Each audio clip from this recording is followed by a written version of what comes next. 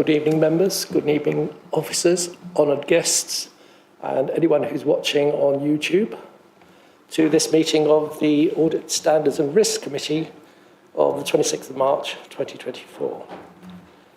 Item 1, apologies for absence. Thank you, Chair. I've received apologies from Councillor Rob Lee. Councillor David Whitcroft is subbing. Thank you. Item 2, minutes of the previous meeting. These have been circulated. Anybody have any comments? No? Then I'm okay to sign.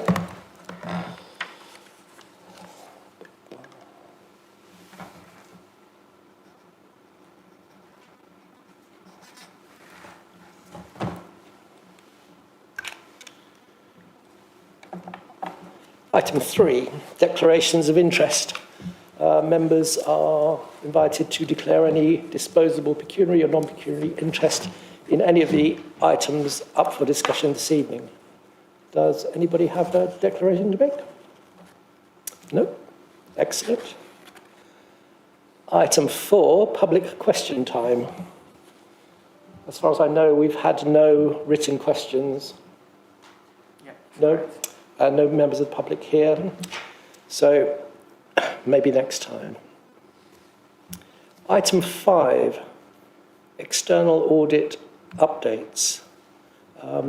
We have received a report from BDO, and I noticed that Steve is with us this evening. Over to you. Thank you, Chair, and good evening, members.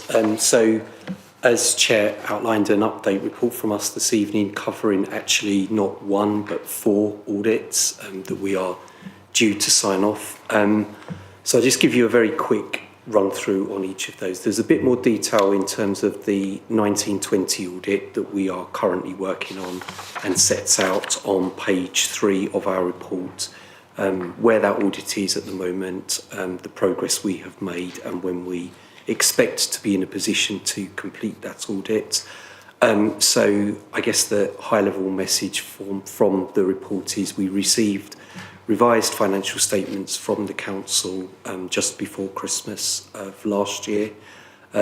We did review those statements throughout January and into February and raised a number of queries on those financial statements, largely look in relation to queries that we had raised previously in relation to the Council's draft financial statements. So it was picking up on some changes to those financial statements and just making sure we had the evidence for those changes. So those queries were submitted in February. The Council responded to those queries. Broadly speaking, in February, there was 1 or 2 that slipped over into March, but the Council has responded to all of those questions and we are working through those. We do think it will be later this year before we are in a position to conclude our audit of 1920 because we need to go through some review processes on those revised financial statements that aren't yet complete. I will just touch on some of the later years of audits as well, so thinking in particular 21-22 through to 22-23. So there's actually 3 years worth of accounts there. So the members may be aware that the government ran a short consultation in February and into March, really on proposals to reduce the backlog of audits in local government. Again, members will be aware that there are a large number of audits that aren't yet signed off in the sector.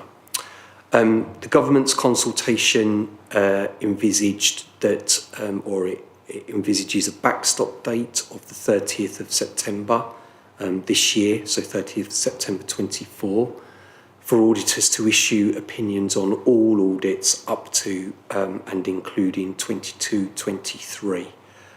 Within that consultation, the government anticipates that There will be some authorities or a number of authorities where auditors do not have time to complete audit work on those open years of accounts, and there will be either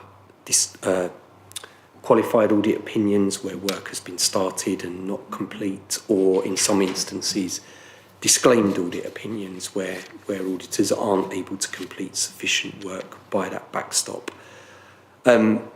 We expect that for this council we will conclude our 2019-20 audit, as I've already said, but that we would issue disclaimed audit opinions on the 3 years subsequent to that. There is, within the consultation, there is an expectation that auditors will, however, complete a single piece of use of resources work. So that will look at areas such as governance arrangements and for financial sustainability.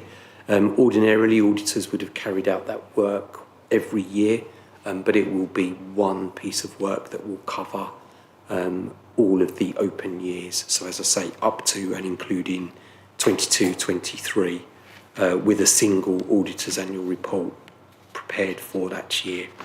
I have to caveat all of that by saying that that was what was in the consultation.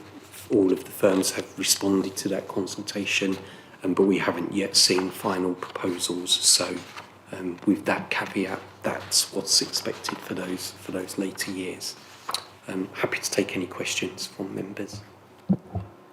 Thank you. Before I throw it open, can I, as a non-accountant, non-financial person, ask 2 very simple questions, I hope.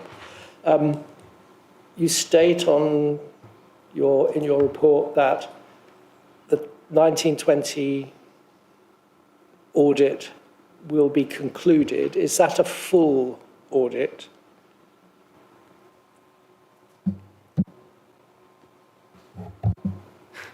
Yes, it is. Yes, so a full audit, so issue an opinion on the financial statements, and for 1920 is issue a value for money opinion as well. So yes. Thank you. My second question, you mentioned that the others will be disclaimed. Could you tell me what the difference between a disclaimed audit and a full audit is, please? Yes, sorry, Chair, I should have explained that. So, so in terms of 1920, when I say we expect to issue a full audit opinion, so that is, so we expect to be able to issue an opinion that gives a assurance that those accounts give a true and fair view of the council's financial position. Where it's a disclaimed audit opinion, we do not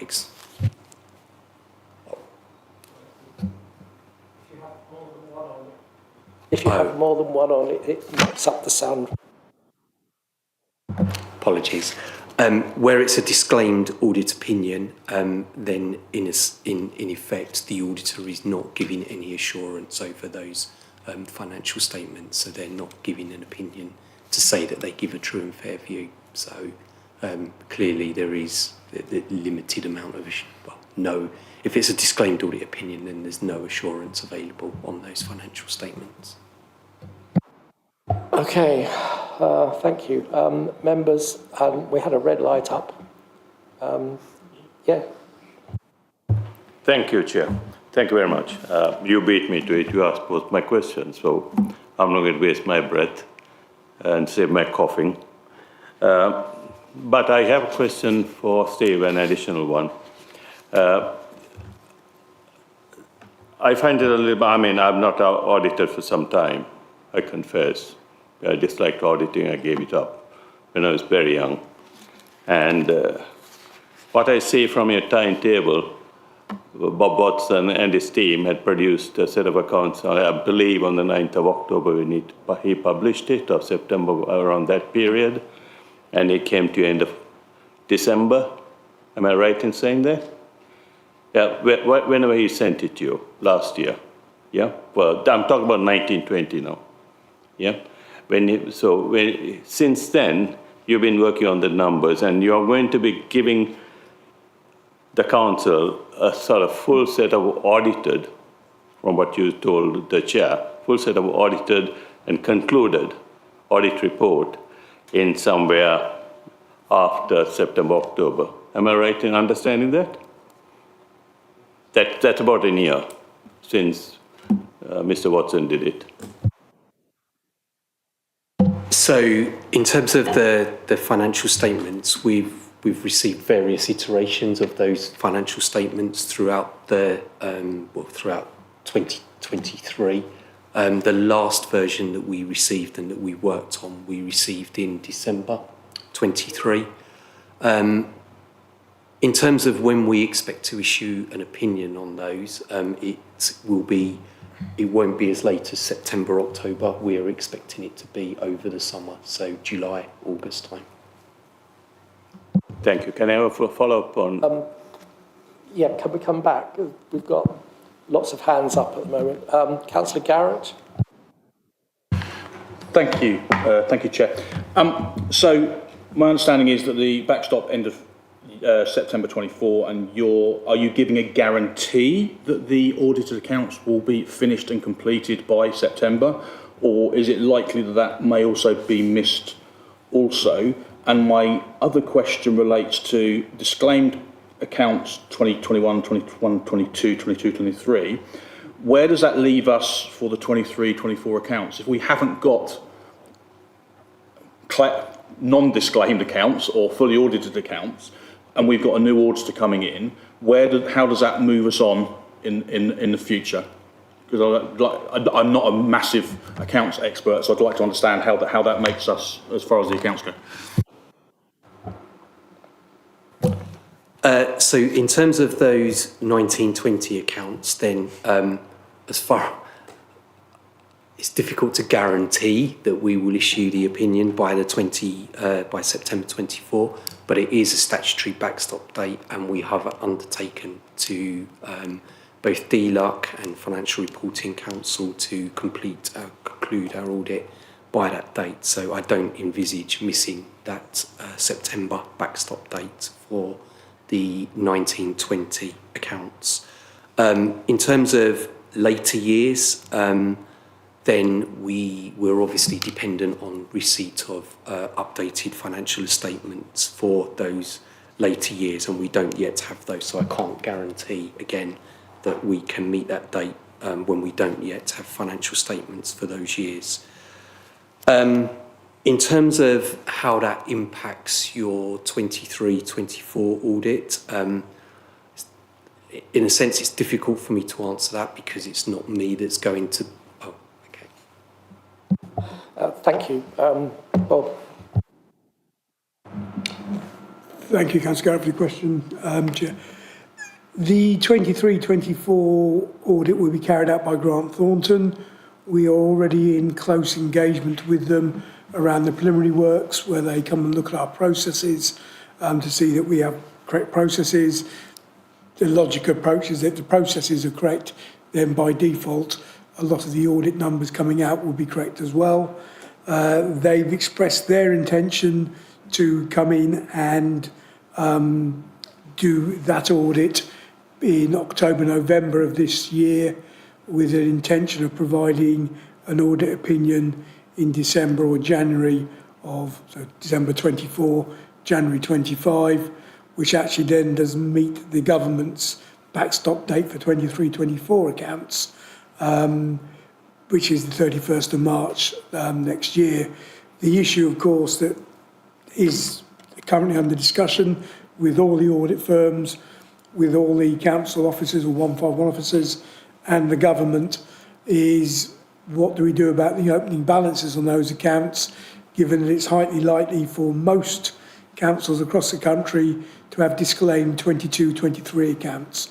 That is something that's being debated and discussed, but I think all we can do is just plough on to produce the outstanding sets of accounts for 22, 21, 22, 22, 23, and then also the 23-24 accounts in accordance with the timescales we've agreed with Mr. Bladen and his group, and also with Grant Thornton and their audit director. Thank you. Councillor Watson? Thank you, Chair. Thank you, Councillor Garrett, for the question. The 23-24 audit will be carried out by Grant Thornton. We are already in close engagement with them around the preliminary works, where they come and look at our processes to see that we have correct processes. The logic approach is that the processes are correct, then by default a lot of the audit numbers coming out will be correct as well. In terms of Thank you.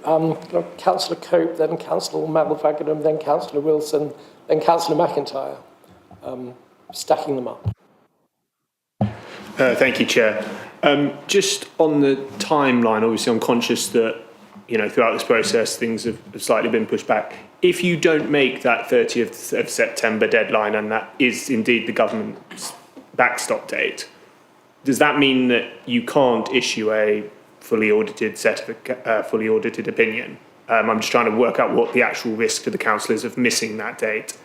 And then also in your second column in your handout, it refers to, we will share any further comments on the draft financial statements by the end of March 2024. Obviously that's this week, so are we on schedule for that? So in terms of, we're not intending to miss the statutory backstop date of September 24. Our intention is to complete that audit. I guess if we were, for whatever reason, we were unable to issue a full audit opinion by that date, then given we've already completed a significant amount of work, then we would potentially be into having to issue a qualified opinion. So limiting the assurance that we can give to members. But as I say, that's not our intention. Our intention is to complete the audit by that date. In terms of the comments on draft financial statements, then yes, we still expect to be able to get any comments to the council by the end of March. There aren't any further comments at the moment over and above the ones that we raised back in February and March. Councillor Malvern. Thank you. I have a question for you, which may be a little bit technical, but question albeit. Disclaimer. When you use the word disclaimer after 1920, say 21, 22, 22, 23, what does it actually mean? Are we to assume the balance sheets are going to be reasonably accurate, or you're not going to make any statement on the balance sheet? We take it as it comes, because it's important for any council, it doesn't matter whether it's Surrey or any council in the country, to have a balance sheet that has got some credibility. Do you agree? So, in terms of what a disclaimer means, that effectively means that your auditor is not giving you any assurance whatsoever on those financial statements. There will be other sources of assurance available to the council. So, for example, the Section 151 officer is still required to certify that they give a true and fair view. What you won't have, though, is that independent assurance of an auditor's report on those financial statements. And I guess, to a certain extent, that's clearly one of the things the government is intending, is that financial reporting in the sector is more timely, so to overcome some of those historic challenges and some of those significant delays. The government's intention is to kind of bring auditors up to date, if you like, and to give assurance on what would be the most recent set of financial statements, because that's the set of financial statements that is going to be of most value to the council. As you mentioned, is dispatching. Yes, just to support that from Mr Bladen, that it is my responsibility as the council Section 151 officer to certify the accounts represent a true and fair view, and the accounts that will be published that potentially will be disclaimed, I have to then place reliance on A, my team, B, on the fact that we follow the statutory guidance set down by international financial reporting standards as updated and amended by the Chartered Institute of Public and Finance Accountants, and I also seek external advice and guidance on parts of the accounts, such as the collection fund, such as the valuation of the assets, that we hold on our balance sheet for each of those periods of time. So that I will also endeavour to seek, as we discussed potentially at the council meeting, around finding some way of not verifying the accounts, but seeking some reassurance around it, to use an external reviewer of the accounts. And I use the word reviewer quite deliberately. It is not someone who's going to audit our accounts for us. The job of auditing is the appointed auditor, and again, if they can't audit in time, they will disclaim. But I have to reassure people where I can, to the best of my ability, that these accounts represent a true and fair view. So I do place reliance on some external experts around where we are. Thank you. Councillor Wilson. Thank you, Chair, and thank you for the report. As you say, we've got 4 years of unaudited accounts, and by the end of this week we'll have 5. So as a layperson, I've been going back through the minutes of the audit and standards previously committee meetings for the last few years, and we've gone on for obviously quite a few years hoping to get this 1920 full audit to give us some reassurance about where we started from. So in your statement, I was noted particularly that you said that you'd received revised financial statements in February 2024, relating to that year, 2019-2020, from the council. So it seems, I have a great deal of sympathy with BDO on this, because it seems that that year, the council's accounts were extremely complicated. There was missing information, and all of the staff that were responsible for them in the council have now changed. And obviously these 3 factors are related. So if we're going to have accounts for the 3 subsequent years that you can give us no assurance that are correct, obviously it's an impossible situation. That's all we can have. And you've explained why it's more important to know where we are now than how we got there. But can you explain to a layperson what is the risk of not knowing, not having any assurance of how we got from the end of 1920 to the start of the year that's about to end? Is there a risk there that there's some threat to the council's finances? Thank you. So just to pick up on the dates, if I may. So the revised financial statements that we got, we actually received 2 lots. So there was a version we received in October 23 and the slightly updated version in December 23, and it was those that we worked on through. Sorry, if I could just say, sorry, I should have said, I really meant your response to your queries on them. Thank you. So we raised some questions in February, and they were responded to in February. In a sense, again, it comes back to what a disclaimed audit opinion is we aren't able to give any assurance on the figures within those financial statements. So without that independent validation audit, there's a risk that any of those figures could be materially misstated. I mean, that's always the risk that there will be, and the risk that expenditure is understated or overstated, which could impact on the council's reserves. As I say, you do have the assurance that the Director of Finance will have certified his opinion, that in his opinion they give a true and fair view, and I note the comments around some external validation of some of those figures.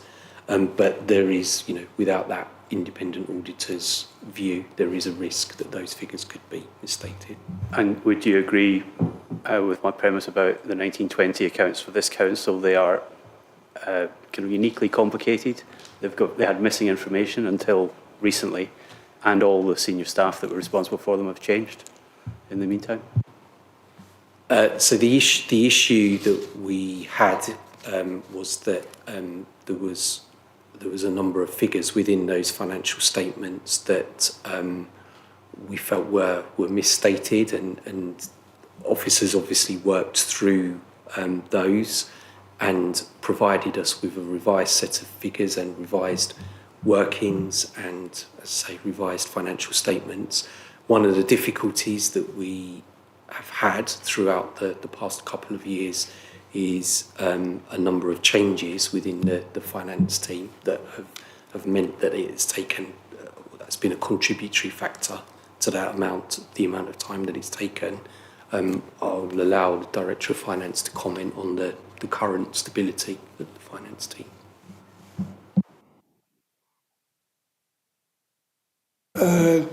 Only that I am very pleased to say that we have, following the finance stabilisation review that the executive agreed last October, successfully recruited to all but one of our posts that we were looking to recruit to. The unfortunate thing is the post that we haven't been recruited to is one of the key ones for the audit, but we are then covering that through interim support at this point in time, recognising the importance of closing the accounts for those outstanding years to both myself as the Director of Finance and also as to the Council, for the Council's reputation, to ensure we do have published up-to-date accounts by the backstop date and plans to publish the 23-24 accounts before the 23-24 backstop date of the 31st of March 2025. But the team is now in place, or will be in place in the next couple of weeks, that will allow us to do that, I hope. Thank you, Bob. Councillor McIntyre, then Councillor Mel-Pakenham, then Councillor MacDonald. Thanks, Chair.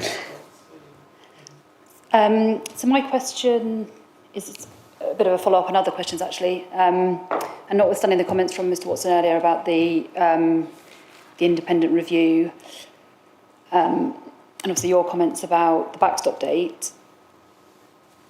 My understanding is that the backstop is there to provide a sort of line in the sand for historic financial statements, but it's not preventing us from exceeding our expectations as at the point we're at now.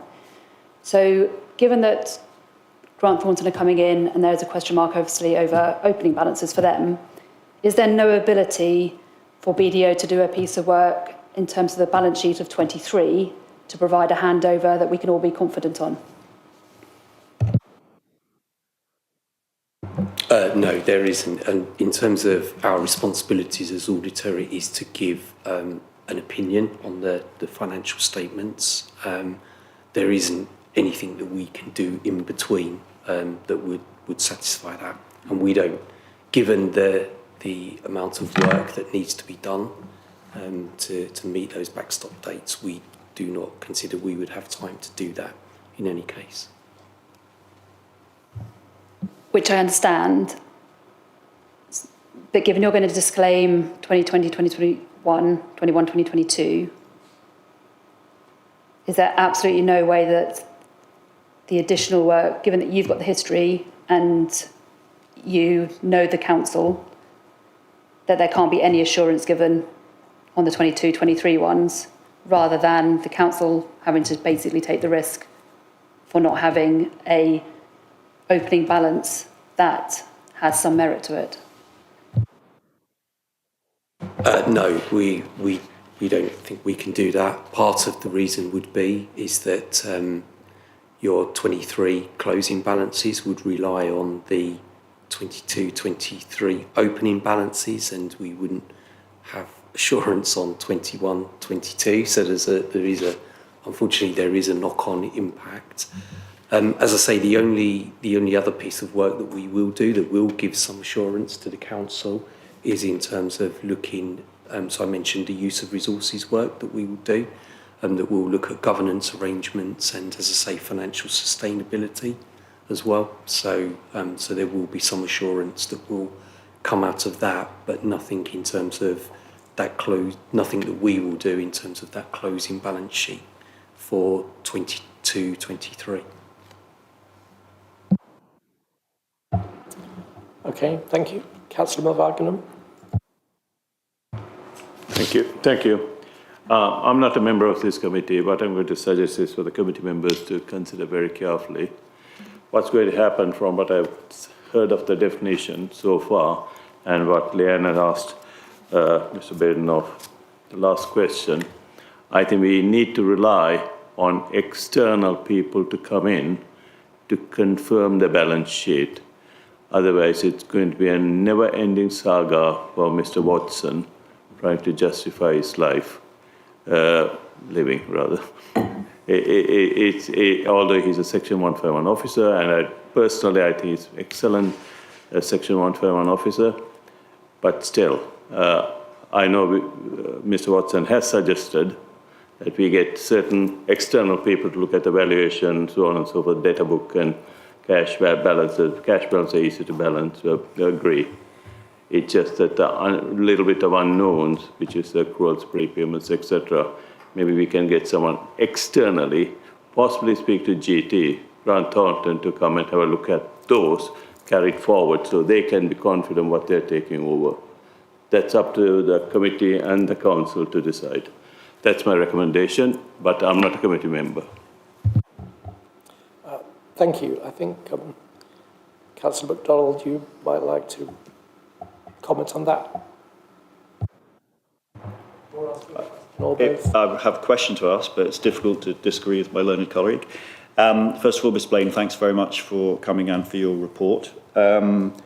I had the misfortune of hearing Lord Pickles on the radio the other day, who I think was the responsible party when he was humble Eric Pickles in the Conservative government, of privatising this whole process, which was working quite successfully through the Audit Commission, then proceeds to monopolise the procurement process and ensure compliance by local councils against it.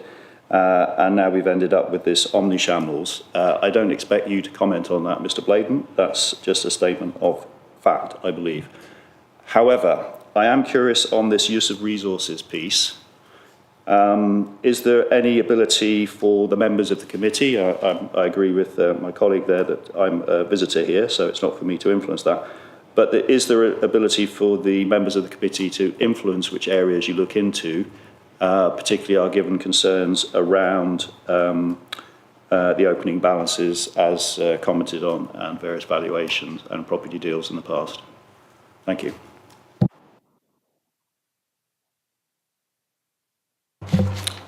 So the areas that we are required to look at are set out in the Code of Audit Practice that the NAO issues. As I say, it does cover areas such as governance, financial sustainability, so I'm very happy to speak to any members who want to speak to us on areas around that. Thank you. Councillor Whitcroft.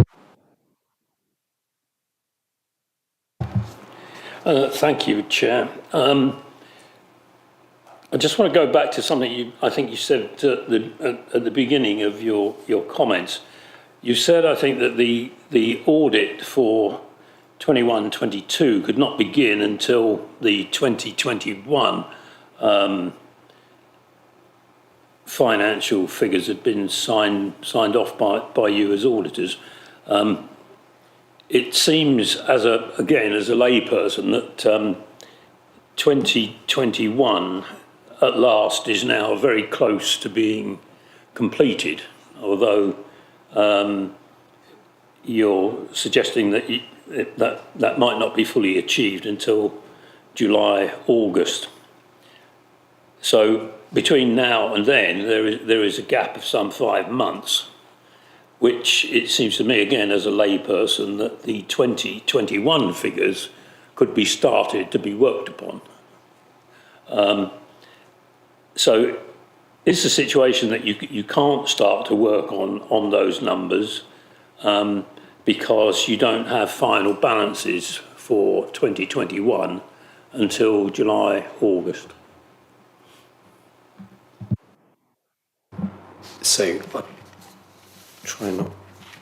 So just to be absolutely clear, it's the 2019-20 set of financial statements we will give, which we anticipate giving a clean audit opinion on. For the 3 subsequent years, 2021 onwards, although Although we anticipate giving a disclaimed audit opinion, as I've already said, auditing standards do actually require us to do an element of work on each of those years. Now, we're still assessing exactly what that work is under auditing standards, because there hasn't yet been any guidance issued around what auditors need to do. So we are still working through that.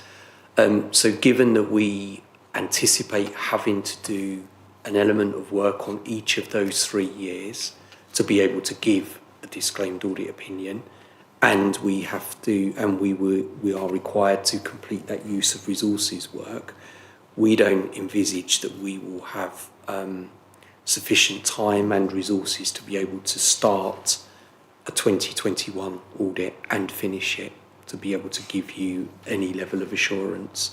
So essentially the time that is now available between now and the end of September is really finishing that 1920 audit, doing the work on the 3 years worth of accounts that we have to do in order to be able to give a disclaimed audit opinion so that the council can move on and do that use of resources piece of work. Thank you. Go on then. So just to be crystal clear, you're saying that the 2021 figures can't be worked on fully effectively due to a resource issue on the part of BDO? I'm not saying that, no. I'm just saying that there is a significant amount of work that not just BDO, but all audit firms have to do between now and the end of September to be able to get to a position where they can conclude any outstanding audits and do the necessary use of resources work. So there is a constrained resource pool available to all firms, and that's why the situation has arisen. So what we are trying to do is play our part in bringing the financial reporting up to date and enabling another firm, if you like, to come in and take your audit forward. I would say that there are other things going on to hopefully make those audits quicker. So in my report, I have referenced a consultation that SIPFA have launched, which will simplify to a certain extent financial statements and enable them to be audited quicker going forwards. But I come back to the fact that there is a lot of work to do between now and the end of September to conclude what are the currently outstanding audits. And our view is that there is insufficient time for us to start and finish another audit. Thank you. Councillor Cope, and then I will draw this to a close, I think. Thank you, Chairman. Just getting back to the idea of what a disclaimed opinion actually is. In your disclaimed opinion, will you be saying things like the council might need to look more into X, Y, Z, but because we haven't done a fully audited account, we haven't been able to do so? Or is it just very much, this is what your numbers say and the maths adds up, here you go? I'm just trying to get to the bottom of what's actually in a disclaimed opinion. So we don't yet actually have any guidance in terms of what a disclaimed audit opinion will look like. I doubt very much that it would say anything along the lines of what you've alluded to. I suspect it will be quite clear and will say that we are unable to give any assurance on the figures reported in these accounts for this reason, and I think it will be quite short. If I'm perfectly honest. I think where we will give more commentary is around our use of resources assessment. So that will be a much fuller report that will highlight where we think there might be areas of improvement or areas of weakness that the council would need to look at. But that wouldn't necessarily come back to the financial statements. But in terms of that disclaimed audit opinion, as I say, we don't yet know what it will look like, but the fact that it's disclaimed means that there will not be any assurance to the council that we can give. Thank you, members. Thank you, Mr. Bladen. Those councillors who were here in the last council know that this was a topic of spirited discussion over a long period. If anybody wants to know the background details, I'll be happy to spend 2 or 3 hours bashing your ears with this, but I think we've taken it as far as we can here. Thank you for coming and putting up with reasonably okay questions, I thought. Thank you. If you want to stay and listen to Alex and everybody else, you're perfectly welcome to, but I would understand it if you took your leave. Some of the matters you discuss will be relevant to the reporting we'll do later in the year, so I will stay if that's okay. You're welcome. Right. Moving on, as they say in Dibley, Monitoring Officer's Annual Report. Gavin. Thank you, Chair, and good evening, councillors. So this is the Monitoring Officer's standard annual report around governance issues. So my apologies that this report is a bit late this time. Normally it comes to the committee in November every year and covers the period November to November. But again, just apologies for it being late, but it's just down to resourcing issues, particularly in legal services, that I wasn't able to get this report to the committee in November as I would have liked to. But it still covers the period November 22 to November 23. So the report is, it's fairly self-explanatory, and the first part of the report covers code of conduct complaints. So I'm pleased to be able to say to the committee that the number of complaints compared to the last period, November 21 to November 22, is materially lower. So that's a good news story. It's a good trend. I don't have any data or explanation as to why that's the case. I can take some educated guesses. I think we've done some more training on code of conduct, and we focus the training on the balance between robust sort of debate and political freedom of speech and what might cross the line. Because my previous, the previous year, a lot of the issues tended to be around what councillors say and in what forum and how far they go. Councillors were never really sure where the line was. So we put some work into trying to explain that a bit more, and so maybe that's helped. I think some of the parish councils are more stable, so that's also helped. I think councillors in general are more inclined to raise issues informally, which I would encourage. I think that's a good thing to do. So I've definitely seen more informal inquiries about issues that councillors would like to discuss, as opposed to go straight to a complaint, or a member of the public go straight to a complaint. So that's good, and like I said, I would encourage that. It's a good way of dealing with things. It allows us to talk through things informally before anybody decides to do anything further. So that's my good news story on complaints.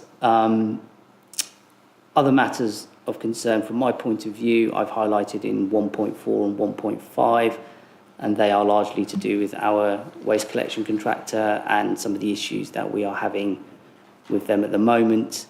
And I'm working with JWS quite regularly to try and improve and increase the governance around contract management, to make sure that what we are paying as a council and our partner councils are paying is what is in line with the contract and what we should be paying.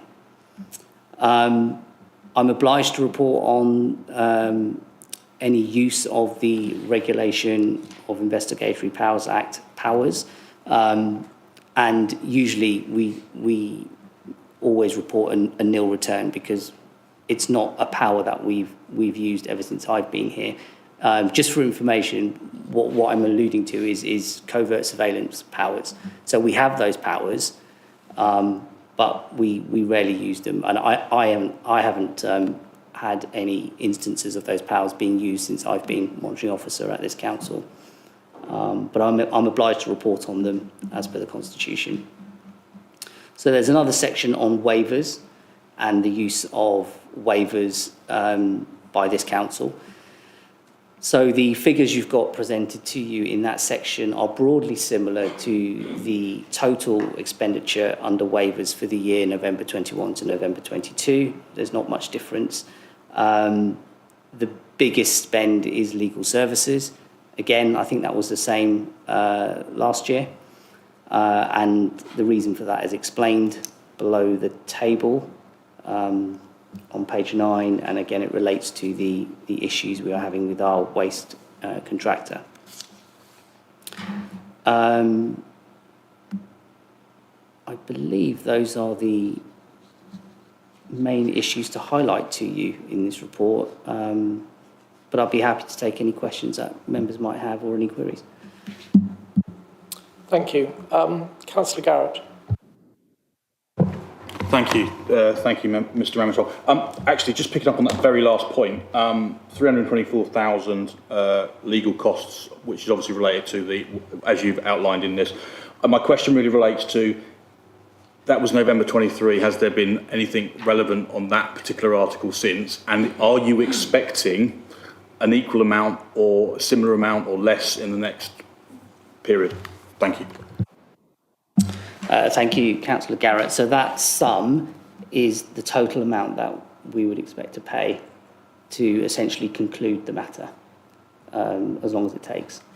So that's so the way we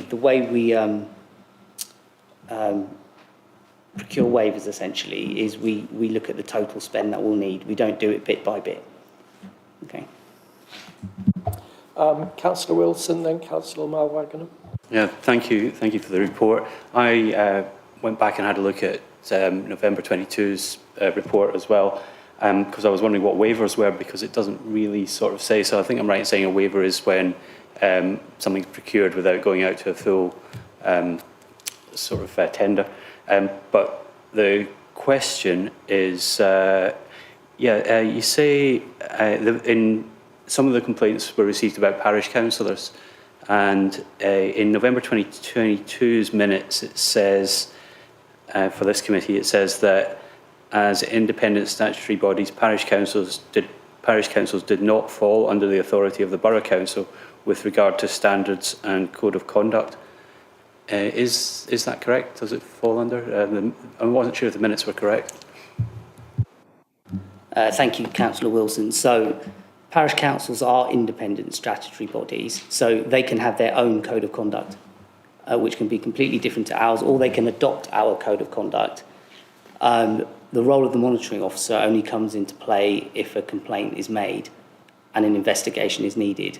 And I would, as monitoring officer, then pursue that complaint and deal with it either under their code or our code if they've adopted our code. And the difference between parish councils and borough council is, with parish councils, I can only make recommendations to the parish, and it's up to the parish council whether it wishes to accept my recommendations at their own parish council meeting. Thank you, that's really interesting, thanks. Councillor Malwagoner. Mr. Ramathal, thank you for your report. One question, because I noticed it earlier on, which Councillor Garrett actually raised it again, on JWS. I know you say you have provided the entire lot, which if at all it comes to it, that's anticipated. That's for the 4 councils or 3 councils put together, yeah? Why is that we are showing all of it in our numbers?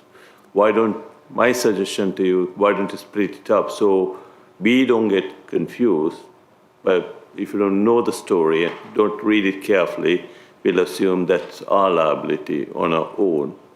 It'll be nice to know what Surrey Borough Council share of the problem is, if there's a problem. Thank you.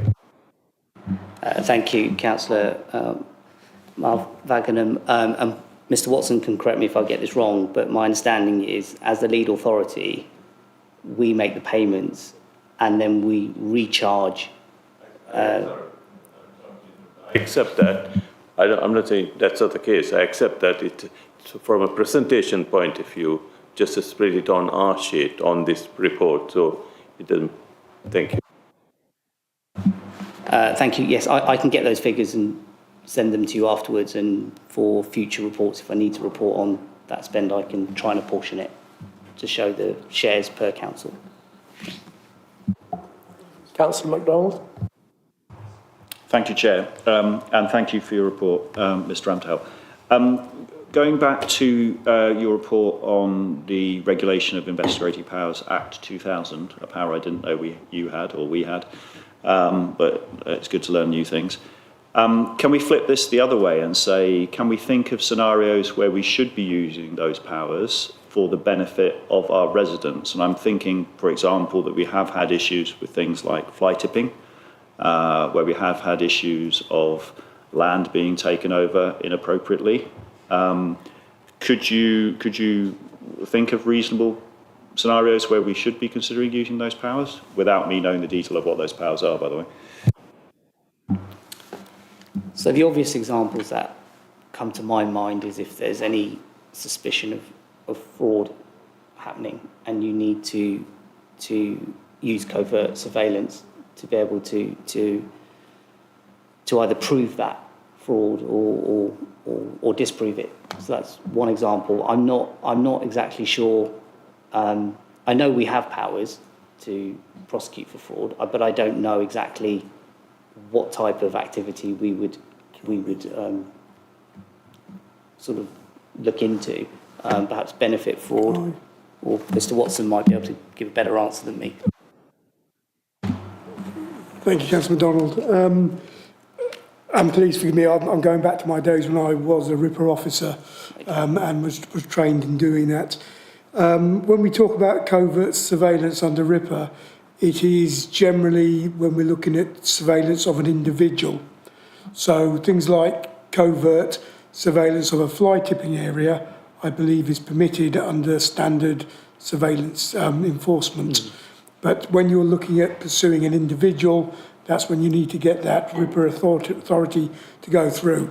As Mr Ramtell suggested, that it has previously been used in terms of benefit fraud, but since benefit fraud passed the DWP, there's been a marked drop in benefit fraud, because if you don't investigate it, you don't find any.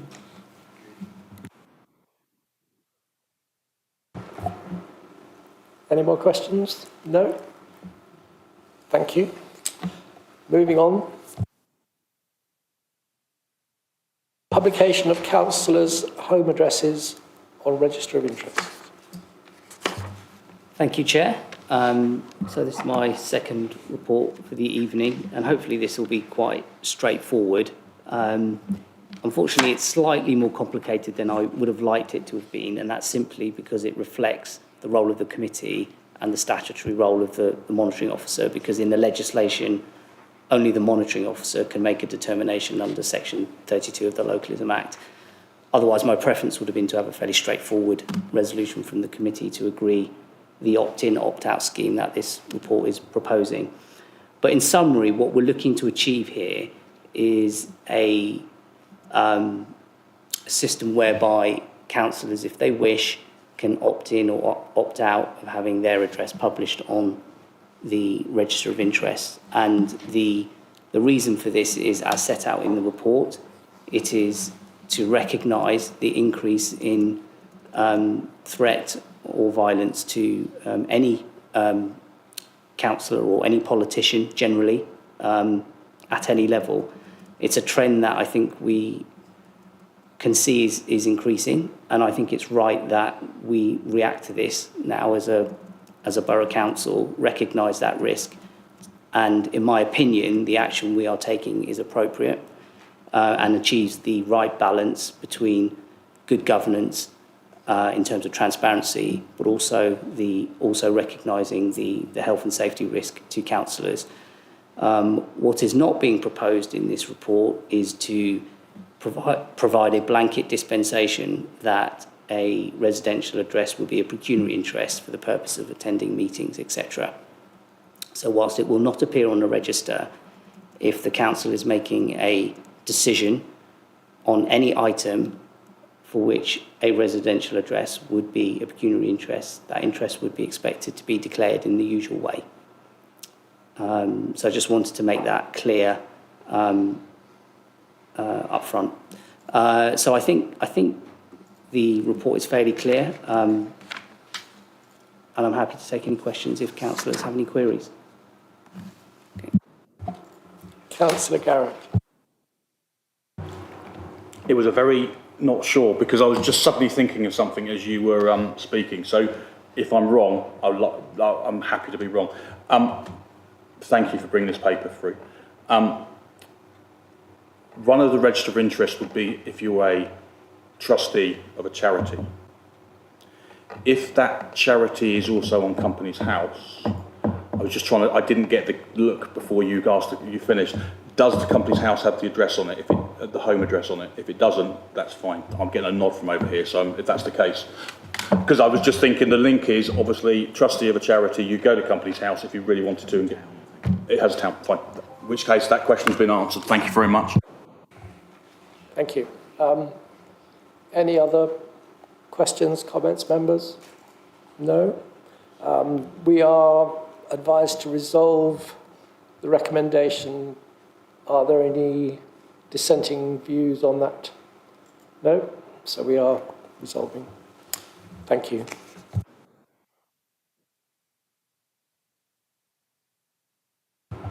Item 8, Corporate Risk Register. Sally. Thank you, Chair. The Corporate Risk Register has been brought to this committee for your awareness and comment. The Corporate Risk Register is a list of all the key strategic risks we believe the council faces that could impact us financially or reputationally. It's worth pointing out this is a corporate risk register. Service level risk and major project risks are managed at service level and in line with the council risk management strategy. Any high risk risks identified at service level that remain high risk following mitigations would then be brought to the corporate risk management group. The Corporate Risk Management Group meet quarterly, is chaired by the Section 151 Officer and Senior Information Risk Officer, and membership includes the Monitoring Officer and key heads of service. The purpose of the Corporate Risk Management Group is to maintain the Corporate Risk Register, review service risks, and also to update the corporate management team and necessary committees of the register. The risks on the register are scored by the likelihood of the risk happening and the potential impact that it could have on the council. The risks are scored, given an initial scoring, and then the scoring is revised following mitigations. We try and keep the risk register to the top 10 strategic risks, and you will see at the bottom there is a risk to note section. So this is where there would be a risk raised from service level. If it's appropriate, we would put it onto the risk register as a temporary risk until such a time that mitigations have reduced the risk or the risk has been accepted, and then it would be moved off of the register. You will note that all of the risks have a reduced rating following mitigation, apart from risk 4. That has temporarily been increased due to, or the likelihood has been increased due to the current situation with our supplier. And you will also note that there are 2 low risks. The Corporate Risk Management team group has discussed whether these should be removed because they are so low risk following mitigations. However, it was just felt that because of the nature of these risks, they need to continue to be monitored, and therefore it was decided that they should remain on the register. Open to any questions? Thank you, Sally. Risk is an emotive subject, as I know. Councillor Wilson, then Councillor MacDonald. Thank you, Chair. Yeah, and thank you for the report, and thank you for the explanation. It makes more sense to me now, although I think I understood it before as well. So the impact is assessed quantitatively in terms of how much the cost of the event happening. So number 6, exposure to treasury risk. So I think the mitigation was written a while ago. It says the last year the council converted £50 million of short-term debt into long-term debt. I think that was in 2022. I've been looking back through minutes and treasury management strategy. So it looks like it was then assessed that the revised likelihood and revised impact was just 2. So I looked at the treasury management report strategy for this current year that we're in, and it had the short-term debt. In fact, maybe I can quote from it. It said that the short-term interest rates were likely to remain low, and therefore it was a good strategy to continue to use short-term debt to finance the council. And as we've seen, we'll see later, the short-term interest rate has gone from about 2% to about 4.62 on average percent, which over a year is a cost that wasn't anticipated of £1.74 million. So should the impact of that, given that it's now actually happened, actually be a 4 and not a 2 because it's over £1 million of impact? Does that make sense? Apologies. Thank you, Councillor Wilson. Can I refer that to Mr. Yes, certainly. I mean, we review the risk and it ties in with our treasury strategy around where we are. Ideally, you could suggest that potentially we should put all our debt into long-term debt, and that leaves us with a scenario where potentially if we were able to achieve a reasonable offer of a capital receipt from some of our assets, we would then have no longer the asset. We'd have a nice bit of money in the bank that's probably earning money at a lower rate than we are lending it or borrowed it from. So you have to keep a balanced portfolio of short-term and long-term. Yes, with 2020 hindsight, we could have said, oh my, the rates are going to go up like that, they're going to stay a lot longer and we should lock in more debt. The decision was taken, and partly when I came in, the decision has already been taken to secure that longer term debt with those 2 tranches of £25 million with Phoenix Life at, I think, just below 3% over the 25 years life of the loan. And therefore, we probably felt we had the right mix of long-term, short-term to allow us to do that. Now, obviously, when we saw the short-term rates go up, as did long-term rates, there was no sense in, oh my God, the horse has bolted, we'll shut the door and take on some more longer-term debt at the higher rate, on the grounds that all the advice we've been given, received, and should start to see come to fruition is that those short-term rates are going to start dropping down again, at which point then our cost of refinancing will drop down lower. So yes, certainly you're right, there was a temporary and is a temporary blip in that we're paying more for our short-term debt. Is part of the management process, and not just managed it through securing longer-term debt. We've used a lot more of our internal balances to avoid securing more debt at short-term rates. But yes, it's one of those things. Potentially, if I could have predicted the markets earlier, and I know at my old council I did say lock in more long-term when it was low.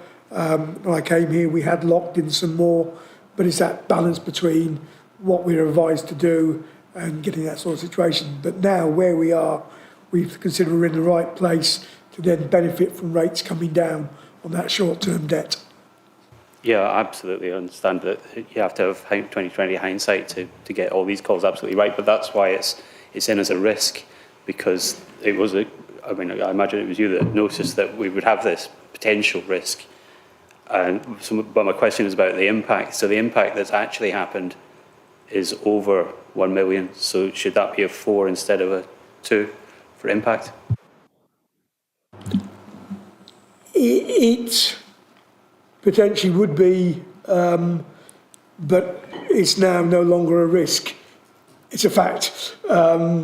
So potentially you could say, yes, it's happened, we bypassed it, and then going forward, we're now in that position where we think it's mitigated down again. Yeah, it's unlikely to go up again, the interest rates. Yeah, thank you. Councillor MacDonald and Councillor Garrett. Thank you, Chair. I'm guessing it's Miss Turnbull, but I can't see from here. Is that correct? Yes, nice to meet you. I'm going to do what I always tell people off for doing when I'm in the chair over there, which is just two short observations and one question. One observation is that the exposure to property risk probably, well, it feels a bit low to me. I could certainly push that up in either direction. And when I think about the budget that we signed off not that long ago in this room, that was one of my major concerns. So I feel that's potentially a little bit undercooked, but that's for the committee to consider. The second thing is I was surprised to not see health and safety compliance risk, particularly around our own and leased properties and routine operations not detailed within the matrix. My evidence for suggesting that that is a concern would be the state of the car parks, the concerns we know we have with RAC in one of our buildings, and some other areas where we have clearly not been maintaining or enforcing our leases on some of the properties that we are the owner of. So I think that is a gap in our risk matrix, which I would like the committee to consider. In terms of my question, I'm assuming that I can see, I think, in the philosophy that it's a rolled up approach. So these are the top 10 risks that get rolled up from departmental level, etc. Do we look to learn from other councils in terms of the risk areas to focus on? I'm thinking we have two significant issues around us here, one in Guildford and one in Woking, clearly.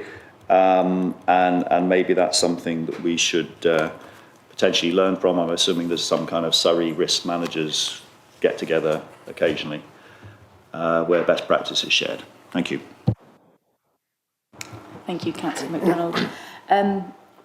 As a corporate risk management group, we obviously discuss all these scenarios every time we meet quarterly. We don't actually look at other councils' risk approach or risk registers and learnings, so it should be something that we will definitely take to the next committee or the next group meeting. And can I just add, Councillor MacDonald, that we will certainly be looking at the issues you mentioned as a potential risk coming forward in the next time we sit and do the work. Again, it's part of that feeder in from the service risk registers, so they will be clearly on the service responsibles risk register, and we may look at it there.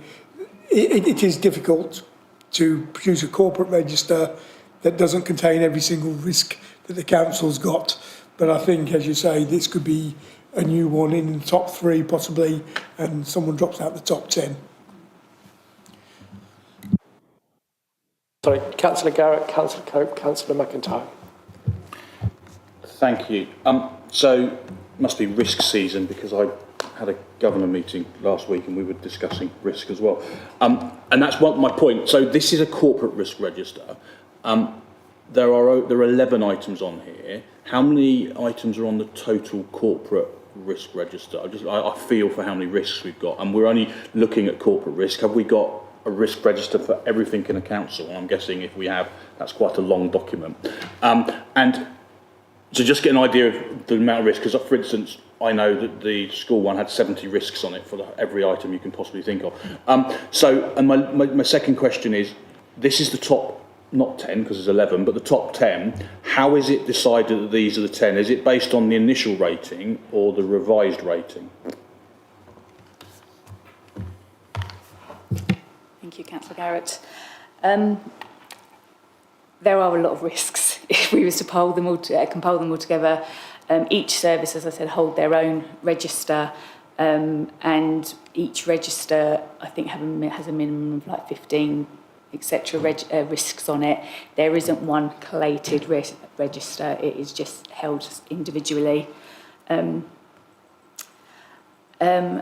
what was your second question? How do we decide on this 11? Is it based on, or 10? Is it the risk rating before you start or the risk rating after you've... It's the initial rating. Okay. Fine, so these were the top worst risks, Well, the ones highest risks. Okay, thank you. Councillor Cope. Thank you, Chair. I just wanted to query the cyber security row, which is number 10, where previously we had an impact rating of 4, and that's gone down to an impact rating of 2. In the sort of progress made column, there's talk about measures that have been put in place to improve cyber security. In my mind, those would reduce the likelihood of a cyber attack, but not the impact that one would have. And I mean, I've had a lot of cybersecurity training sort of hammered into me in my professional career, and to have that as sort of a 2, which to me is quite a low rating, concerns me slightly, because obviously in the event of a major data breach, a significant ICO fine, that could be a serious reputational and financial risk to this council. And I just wonder why that impact rating has gone down from 4 to 2. I think with the cybersecurity, it was felt that because of everything that we're doing with regards to ICO fines, if you are seen to be doing lots of stuff, they are a little bit more lenient on you. So potentially there could be a reduced financial impact from the ICO point of view.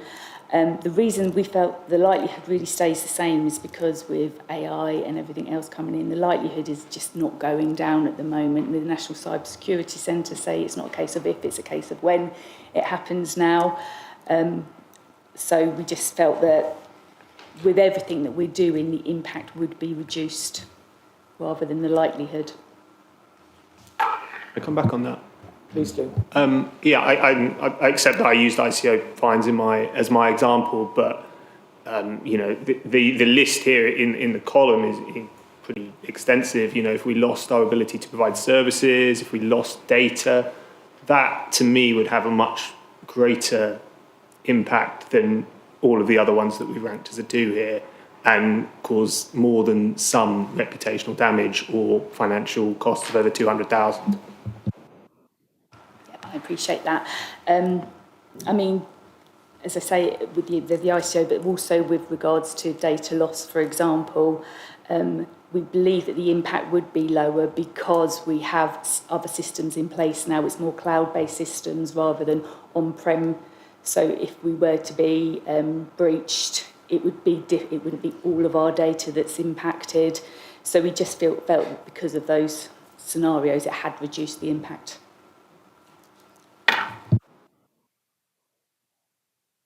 If I could just add to that, of course, the complication with risk is that these risks are not in isolation.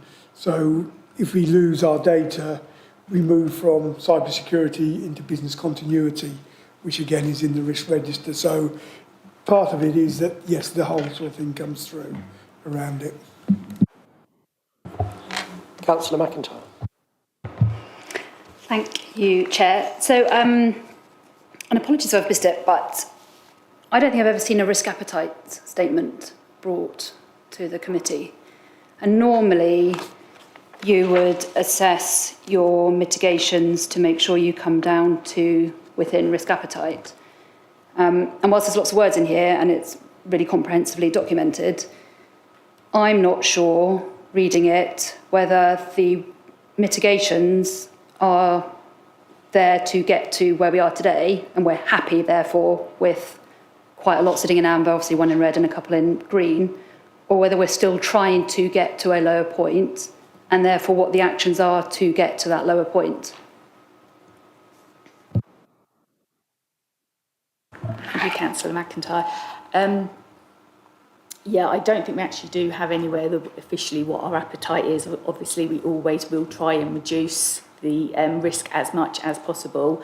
And that's why the Corporate Risk Management Group meet quarterly to make sure that we are doing everything that we can, and if there's anything else that we need to do to try and reduce it as much as possible.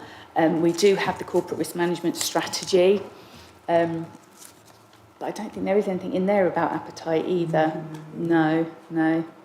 So that's a note.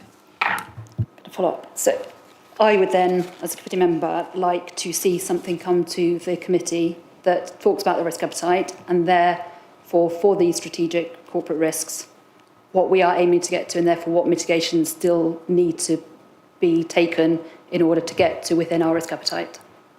Thank you. Thank you. Councillor Wilson. Thank you, Chair. Just a couple of small points.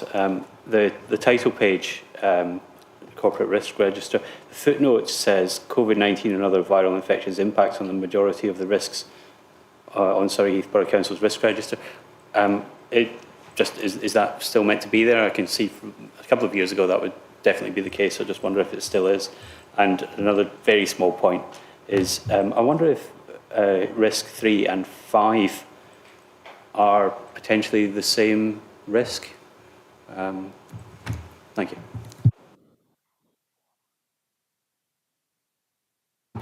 Thank you, Councillor Wilson. No, I think you're right. Then at the next Corporate Risk Management Group, I was planning on bringing up the fact that should we now be removing the COVID-19. So thank you. 3 and 5. It's really going back to what Bob was saying about there are different. Some of these risks do cross over. Yes, I think you're right. They are quite similar, but I think that they still need to be. We still need them as separate risks on the register because they do also, although they're similar, they do cover separate things. Thank you. I think just to further clarify on that, I think 3 is looking potentially at internal loss of where we go in our systems, and I think 5 is an external thing. The classic scenario we always use is a plane comes down on junction 3 of the M3, and we have to then provide support to the public community around that sort of thing. Just to throw in a point of my own, with regards to COVID-19, I suspect the council, certainly my business, is still suffering the effects of that in terms of the ways people work. When you have got people with laptops working from home, you cannot ensure the same security as if they're in an office. You don't know what their kids are doing, you don't know what their visitors or who their visitors are. So that increases risk, and that is directly related to COVID. Disease is gone, but the effects are hanging on.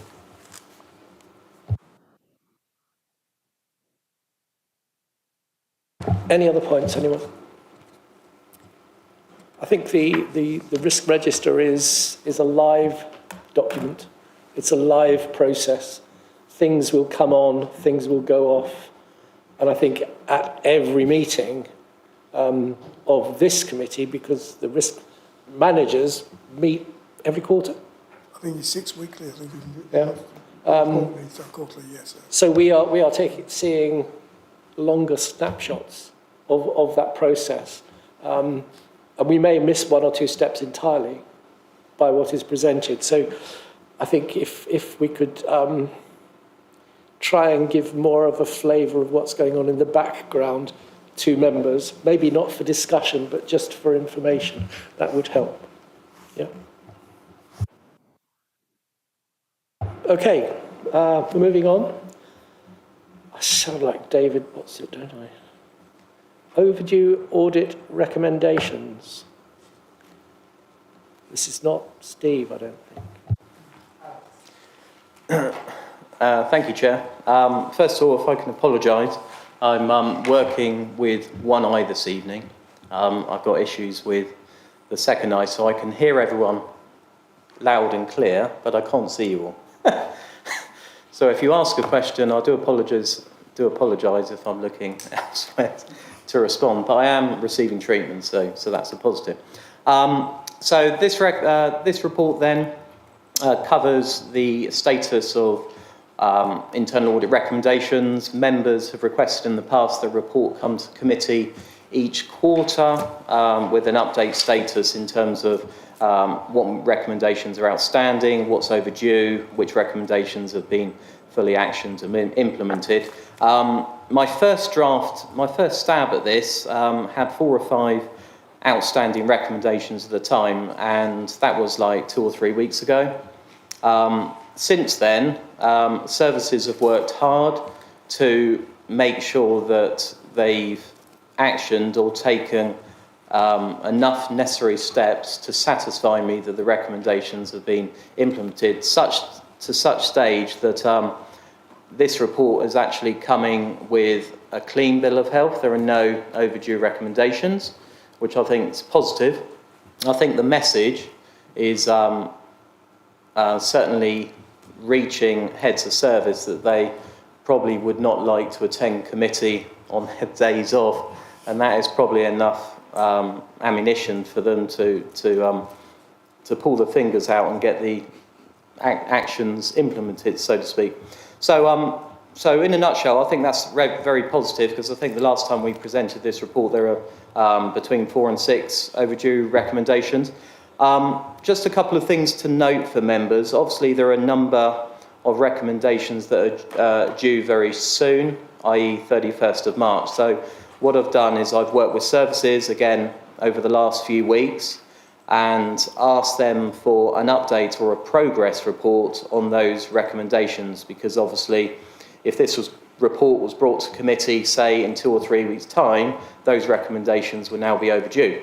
So a lot of services have come back and given me a status report on those recommendations, and I particularly draw your attention to the recommendations probably at the foot of the report rather than the top of the report, which are obviously the oldest recommendations. And you can see there a lot of comments from the services as to what progress has been made on those. Obviously, there are some recommendations where there is still work to be done, Chair. There's a few relating to bids, for example, on the revenues report, but again, they're not overdue yet, but obviously they're very imminent.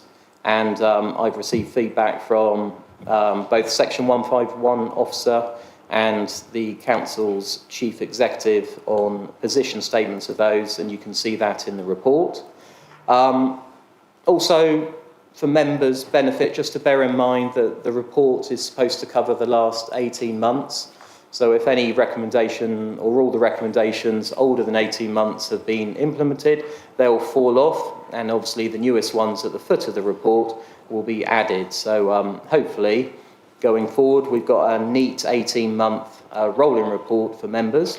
But I think that's all I wanted to say on this particular report, Chair. I'm happy to open it to questions. Thank you, Alex. Just pat yourselves all on the back for giving a boot in the right place at the right time. Councillor Wilson. Thank you, Chair. Question on, it's on page 9 of the revised report. The recommendation is recommended that the Council and the bid should both sign the bid levy operational agreement, etc.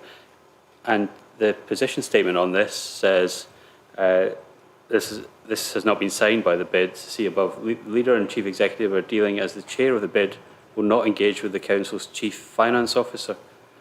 And there's a few boxes on the same subject.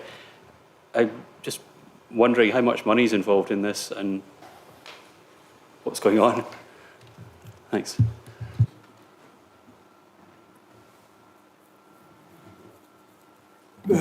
Thank you, Councillor Wilson.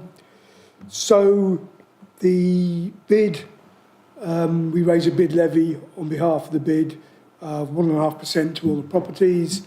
That's a total collectible currently of just over £200,000 that we start collecting as soon as we can, 2 weeks after the start of the bid year, which is the 18th of October. Don't know why. So basically we send out the bills, we collect it in there, we collect the money in, we pay it over to the bid. It's one of those pots that money comes in, money goes straight out again, it's a bucket. There is no benefit to the council whatsoever for keeping that money. It doesn't really impact on our cash flow. We pay it to bid who do need it for their cash flow. So that's the amount of money that we deal with every year on behalf of the bid. There then is the SLA has an agreement where the bid will pay us an administration fee, which we're entitled to take or collect, as the collection agency on behalf of them is set in bid legislation by the government. And currently the SLA at one point recommended £14,000. We thought that was probably excessive, and we agreed to amend it down to £5,000. That's the SLA that we're still waiting for the bid to agree and sign to. I can, if I wish to, deduct that at source through legislation that says I can, but we don't. We are raising an invoice against the bid. Currently, we're in discussions with the bid. They believe that we still owe them more money from the collection. We don't believe we do. We've tried our best to reconcile it within our own resources, but the bid requires an external audit that they're trying to source to come and look at it. They won't tell me how much they think it is, but as it stands now, the bid have not paid their invoice that they owe us for probably the last 5 or 6 years. That includes the £5,000 a year plus the amount we're entitled to charge them for court costs. Where we go to court and get a court fee, we're entitled to recover those court costs from the individual who owes the money. If the bid then decides that they don't want us to pursue that individual, they have to reimburse us our court costs. And we've got an invoice currently outstanding of about £46,000 that I am currently not able to collect. And just to go back to what you said, you're legally entitled to subtract this at source when you collect the 200,000. I can deduct the administration fee at source if we want to, but our agreement is that in the SLA we will invoice them and they will pay us. And they're not paying us. We've kept our part of the bargain. Thank you. Alex? Yeah, if I could just add to the Section 151 officers' comments, there's also an additional administration charge of any changes in particular cases. So mid-year, if there are any changes to an establishment's list, rateable value, for example, or you get new businesses or businesses have left, there's obviously an administration burden on behalf of the council to raise or to cancel those debts. And obviously those administrative costs have also been, as I understand it, have also been built into the SLA, and those costs haven't been settled yet either. Thank you. Okay, any more?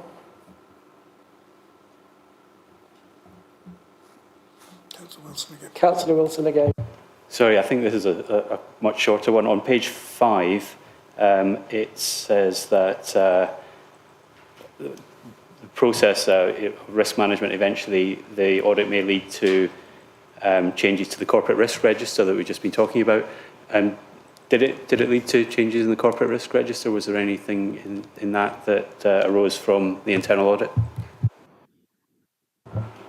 Could I just get clarity? Which recommendation or row number are you referring to? It's actually just part of the report, report. about risk management, but it also mentions it higher up as well about legal and governance issues, that sort of thing.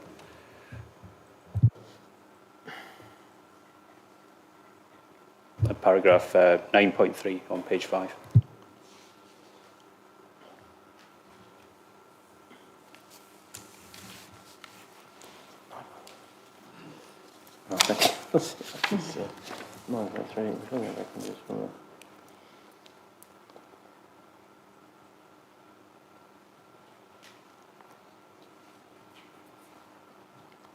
So your question is as to whether that paragraph, we've actually identified any corporate risk that could be added to the risk register. In a simple answer, no, I'm not aware we have done, or that has given reason to the corporate risk register changing as a result of this piece of work. Thank you. Okay, thank you. annual audit plan. Alex. Thank you, Chair. Members will be aware that each spring the internal audit team drafts the internal audit plan for the upcoming year. So I'm presenting that report to members this evening. Just a few points to note. Members have in the past expressed a wish for us to include some sort of annotation to show which audits have actually taken place in previous years. So you can see this report now has actually got additional columns to show which of the audits have been covered in the previous year. So you get a good flavour as to which of those... members will get a good flavour as to which of those audits are cyclical and take place every year, or those audits that are periodic and ideally take place every 3 or 4 years, but that obviously is subject to change and due to resource commitments. So just a few points to note then. So the top part of the spreadsheet shows pretty much all the annual fundamental audits, so things that we would cover every year, such as debtors, creditors, treasury, capital, main accounting. They don't change, they're included in there every year. What we do look at changing is the scope of those audits. So we would include some items of testing and drop other items because we can't cover everything within that system each year. So we are focusing on the risk of those particular subject matters in terms of determining the scope.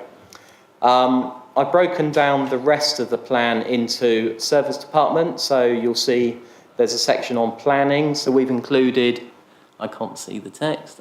What's that? Planning, policy and conservation and building control. We've included those this year because we felt they haven't been covered in recent years. The environment and community portfolio is quite large, as you can see. It covers a whole plethora of areas and activities on behalf of the council. Again, we can't cover all of those each year, partly because it would be too resource intensive on the environment team to audit all of those areas. So again, we try and rotate those audits over a 3 to 4 year period.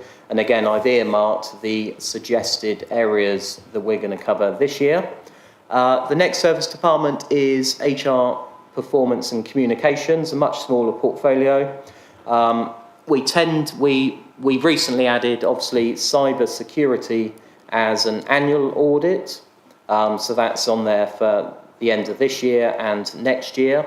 Payroll is very similar to the fundamental audits in that we look at the payroll system each and every year, so that's included in there.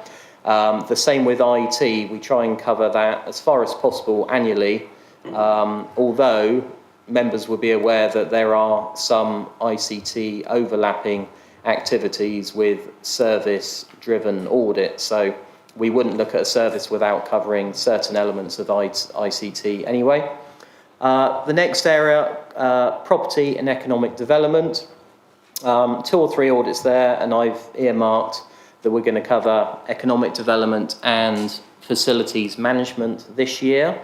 And the last section, or the last service department, legal and economic services, there are none to be covered this year, although we had a couple for 23-24. The other things that members should note is obviously the resourcing of the annual plan.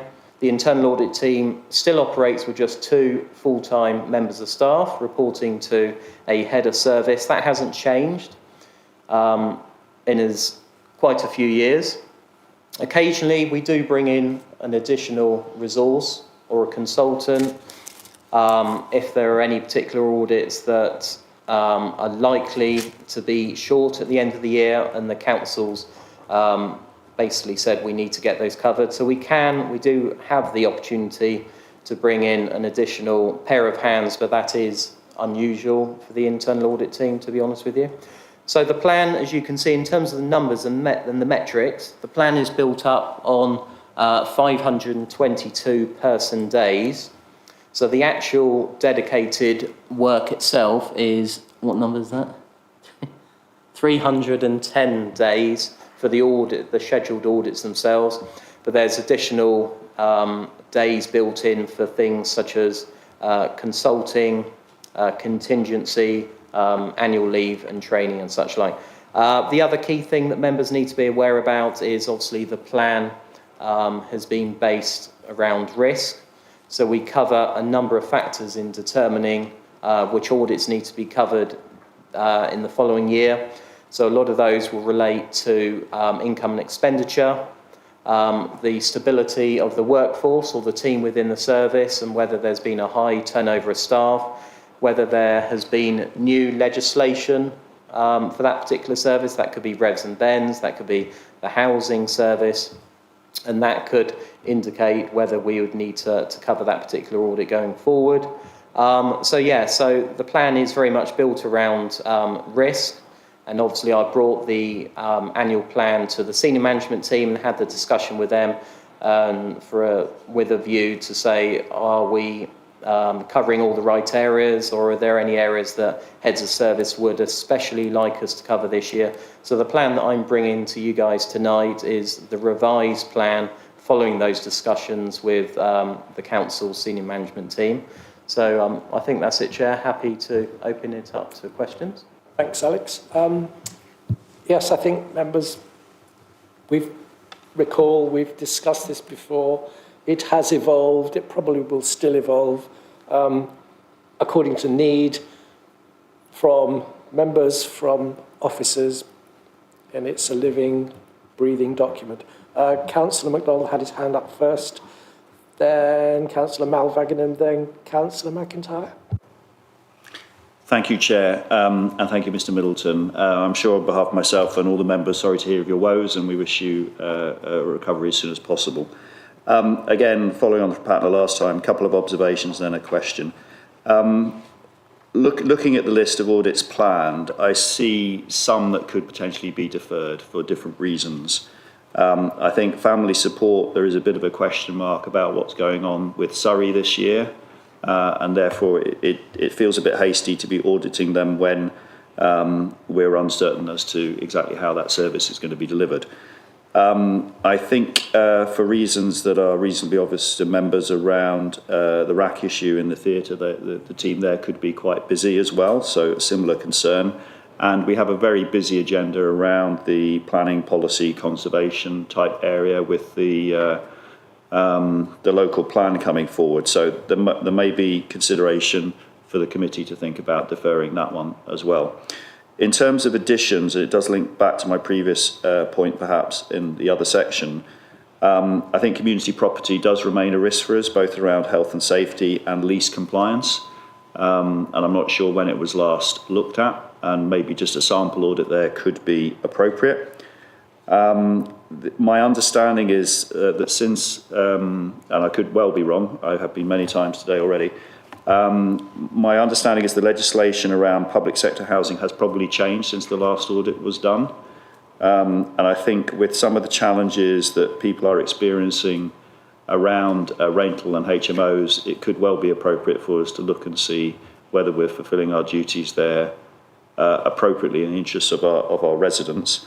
And lastly, and perhaps the section 151, if not yourself, can correct me, I don't know where MRP and reserves management features in the auditing process.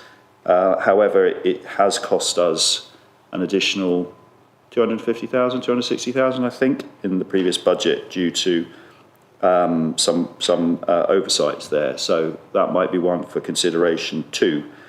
So moving on to the question, classically you have strategy and policy, and then it flows into execution and procedures and action plans, etc. When you audit, do you, in terms of the scope of the audit, do you try and ensure that you cover that the strategy is flowing through into the actions and executions? And a prime example might be our favourite topic in this chamber, the car parking strategy, that what actually has been said in that strategy is flowing through into delivery. Thank you.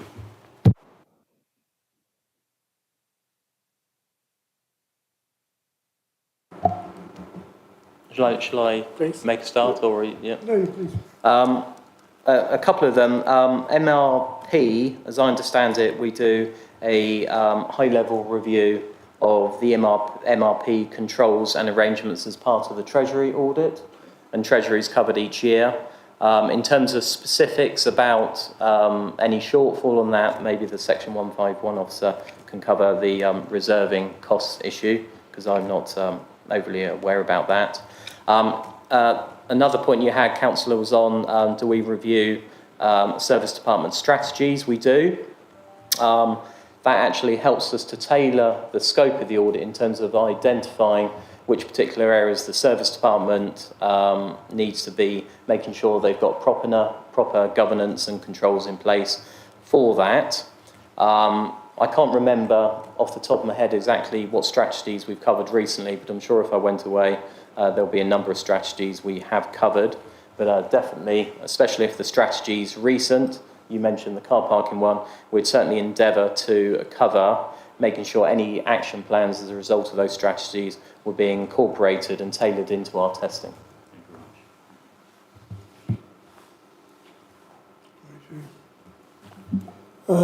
So with regard to reserves, MRP and where we are, yes, we believe that historically the capital financing requirement was not so much undercalculated, but the MRP was based on our level of external debt rather than the full capital financing requirement. Obviously, that was picked up and has been picked up, and therefore I have a duty to the council to make sure that we do things correctly going forward, which is why we had to make the adjustment in there. In terms of reserves, it's a case of almost stacking up your dominoes before you push one over. And the process we have to follow is we have to produce the accounts that are outstanding, which will work through and give us confirmation, certainty around both the level of general fund balances and earmark reserves, although we have been doing work on the earmark reserves and we feel that the figures we've used, subject to the final accounts being published, are very much there or thereabouts within the ballpark. So there's a fair amount of confidence on those. Once we have the ability to assess our accounts and where we are and our level of capital financing, we can go back and look historically over the MRP to see if historically we have either under or over provided, and that will then give us some procedures to look forward to what we need to do going forward in provision of MRP. And it's one of the tasks that is on our radar to be completed by the end of the next financial year, i.e. by the 31st of March 2025. I would rather it's done earlier to enable us to inform the budget that we're going to set, but obviously the priority for the accountancy team right now, having just loaded the budgets for 24-25, is to get those outstanding accounts completed before the government's backstop, so we can have something up on our website and published that we believe is a true and fair view of our accounts, and from then we can start doing some of the tidy up work around the MRP. And I'll be glad to involve Alex if he feels he can add into that around it and provide that level of reassurance around our MRP. In terms of the resources I've got, and I will big up my deputy. She is currently, I think, the chair of the SIPFA Treasury panel and knows MRP inside out. I apologise, she is online if I'm now committing her to certain things, but I have every confidence that she is capable of doing the job and getting us a decent position on where we are, both reserves and certainly on the MRP. Thank you. Councillor Wagner. Mr. Middleton, thank you for your exciting report, which I have been reading for the last 4 years. This is going to be my 5th year reading it. I'm glad I'm still awake. Having said all this, I've asked this question every year, and you've highlighted the fact that your eyesight is not good today, And it's important for me now, particularly at this juncture. What if, I mean, pardon the expression which I'm going to use next, what if someone falls under the bus? You proudly say you've got 2 members of staff. What if? It's a risk itself, yeah, from an internal audit point of view. That's for Mr. Watson, I nearly call him Dr. Watson, Mr. Watson and his team and the CEO to decide with you. I think it's important. I know you do a great job, absolutely great job, for you to actually sit back and think about it very carefully. Thank you, Alex. Thank you. Anybody else? Got any questions for Alex? Any comments? No? Thank you. Reports duly noted.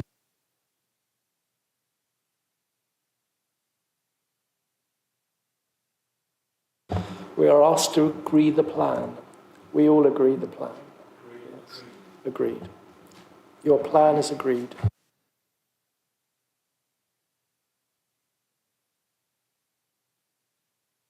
Internal audit, external quality assessment, benchmarking, I believe. Thank you, Chair. This is me again.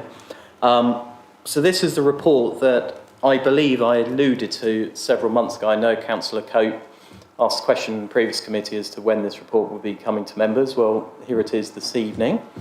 So basically this report is a summary of the peer review that the internal audit team at Surrey Heath has undertaken. So for members' benefit, as part of our standards for the Institute of Internal Auditors and SIPFA, we're required, or internal audit service departments are required to undergo a peer review approximately every 5 years. Our last review was done about 5 or 6 years ago, so it was due for renewal this year. There are various ways in which councils could actually undertake the peer review. One is pay for an external reviewer, which obviously would come at probably a significant cost to the council. The other agreed way, which is generally recognised, and it's the way that we actually undertook the peer review 5 or 6 years ago, was to operate a triangulate arrangement between ourselves and 2 other local authorities, whereby one of the councils would review the work and operation of that service department, and the second internal audit team would review the operation of the third one. So in our case, we've actually been reviewed by Elmbridge Borough Council, and I've undertaken the review of the operation of the Spelthorne Borough Council team, and I've provided my report to them. So basically what I'm bringing to members tonight is the high-level review that the Elmbridge Borough Council has provided on the operation of Surrey Heath's internal audit team. And there are 2 accompanying papers apart from the covering paper. One is the report written by the head of audit at Elmbridge, so you've got that in front of you, along with an action plan of the recommendations that they're suggesting. The other attachment is a very long self-assessment that I've undertaken of the internal audit team. Now, the template we use is the same template that the Institute standards have provided us. So that template covers the entire operation of the internal audit team, ranging from the planning preparation stage through to undertaking the internal audit testing, carrying out, making sure that we've got final reports and we report on our conclusions properly. It covers things such as appropriate qualifications and training. It covers the resourcing and whether there's adequate resourcing of the internal audit function, which we've covered elsewhere tonight as well. It covers things like management arrangements and supervision. It covers our working relationship with the audit committee, and that's could be seen being witnessed tonight. A couple of key documents that the internal audit team worked towards. One is called the Audit Charter. So the Audit Charter is basically the internal audit team's protocol or set of standards and arrangements that we basically signed up to say this is how the internal audit team will deliver its piece of work. That audit charter was presented to members last November or December, I believe, Chair, where it was discussed and it was signed off at that point. All our background procedures and policies are all covered in the audit manual, and again that tends to be updated every couple of years. So the audit charter and the audit manual were also reviewed by Elmbridge Borough Council to make sure they were fit for purpose and up to date. If I could just briefly touch upon the action plan that the Elmbridge Borough Council has suggested areas for improvement. They've identified 4 issues that you can see in front of you. The first one, I believe, for the most part, has now been implemented because it talks about updating the audit charter and the audit manual. That has obviously now taken place. They are suggesting that we bring that to committee each year, Chair, as part of the annual plan, so maybe members can decide whether that's a good use of our time or not. There's a recommendation on ethics, which includes things like sustainability, diversity, code of conduct, those sorts of things. To be honest, we haven't covered an audit of ethics before, so I think it's a reasonable recommendation. It depends how we go about auditing that as part of the council. And there's a section on obtaining customer or stakeholder feedback. In the past, we have sent out customer feedback questionnaires to service managers. That was hit and miss, to be honest with you. I spent half my time chasing non-responses than I actually got in terms of any benefit from the responses, but that could change. We've discussed that at senior management board level, and one of the options put forward was we could have an hour or 2 hour debrief at the end of the financial year, asking all the heads of service or maybe that their service manager counterparts to attend, and then we can have a debrief about how the internal audit function is going, what are the good points, the things that we can improve upon, share best practice between services. That would obviously make better sense in terms of managers' time, because everyone would be in the same room at the same time and we wouldn't have to go through the process again. So that's an option as well. But I think one of the things that I bring the report to committee for, Chair, is to get agreement to the action plan, because obviously working for internal audit, I can't sign off my own action plan. It needs to be signed off independently. So I'd welcome members' comments on that. And any other questions or answers, I'm quite happy to take on that. Thank you, Chair. Thank you, Alex. Councillor Cope, this is something are you happy with what you've heard? It was significantly more lengthy and detailed than I was anticipating, actually. So which I think is a good thing. So yeah, but very happy, and all seems to have been sort of taken on board. So yeah, I'm pretty happy with what's been produced here. Thank you. Members, any other comments? Councillor Wilson. Thank you, and thank you for the report. The action plan, the report is obviously really welcome, the peer review, and they almost get the name of the council right in it, which is great. That's one thing maybe they can improve on, calling it Surrey Heath District Council. So the 4 items of the action plan, as you said, number 1's already done. You described number 3.2 and 3.4, but the one I wasn't sure about was 3.3. It says, in addition, an assurance mapping exercise should consider other sources of assurance. What does that mean? Thanks. Fortunately, Elmbridge have provided their mapping service, so I'm happy to share that. But I think in layman's terms, basically what it means is internal audit for the council provides just one level of assurance. So senior management will get a number of different assurances from different sources. So external audit is a classic example relating to the council set of accounts. It could be the health and safety executive in terms of overseeing the council's health and safety arrangements, corporate health and safety arrangements. It could be the governing bodies that oversee human resources. in terms of how the human resources team is delivering recruitment and making sure there's equality and diversity across the organisation. So there are obviously a number of different sources the council gets. So I think in part, the assurance mapping exercise would be to identify all those different levels of assurance, and then you could have some sort of flow chart or graph to show how the internal audit work fits in against those levels of assurance. Thank you. I understand it perfectly now, and it sounds like it would be really useful for the committee to see it as well. Thank you. Councillor MacDonald. Just a very quick one, Chair. Conscious that we're trying to encourage collaboration across Surrey in matters like this, would it be possible for you just to write to my clansman Bruce and Mr Roberts opposite number, just to thank him for his team members' cooperation in validating our audit processes? Me? You're the chair. Fair enough.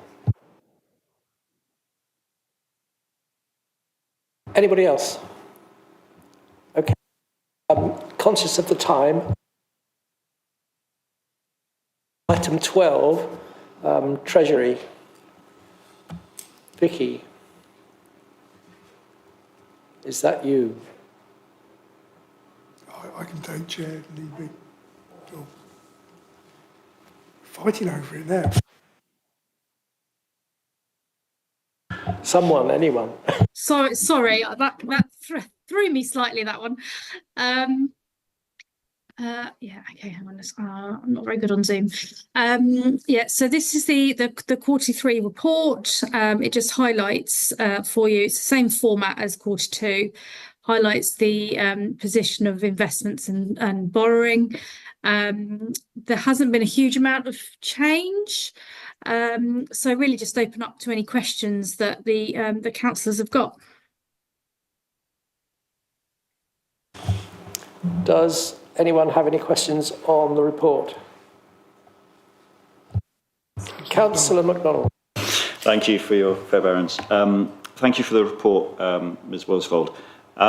Just a quick question. I noticed in terms of the short-term loans that are rolling over, that we had one recently at 5.8%, which struck me as being above the base rate relative to some of the other ones historically. Is that an oddball, or do we normally pay a slight premium to the base rate, is one question. And the second question is, I note we've got another couple of loans coming up for, well, sorry, we have had a couple of loans mature in February, and what sort of rates did we see at that point? Thank you. Yeah, it's quite common this time of the year, sort of February, March time, to pay a premium on local authority short-term borrowing. This year is an exception. It is much, much higher than it has. It's basically the shortage of cash in local authorities. Because we're paying the precepts over, so local smaller districts tend to have less cash, and sort of bigger unitaries and counties have more cash.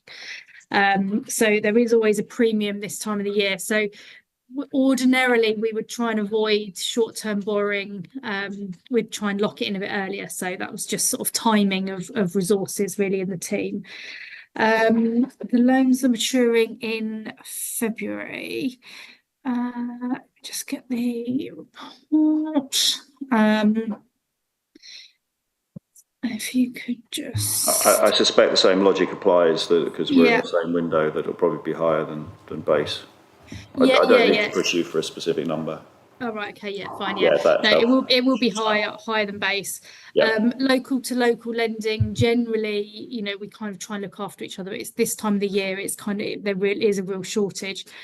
So it's the one time that you kind of take advantage. So if you are on the other side of the coin and you've got money to lend, then yeah, you are smiling a little bit. Thank you. Thank you. Any other? Councillor Wilson. Thank you, Chair.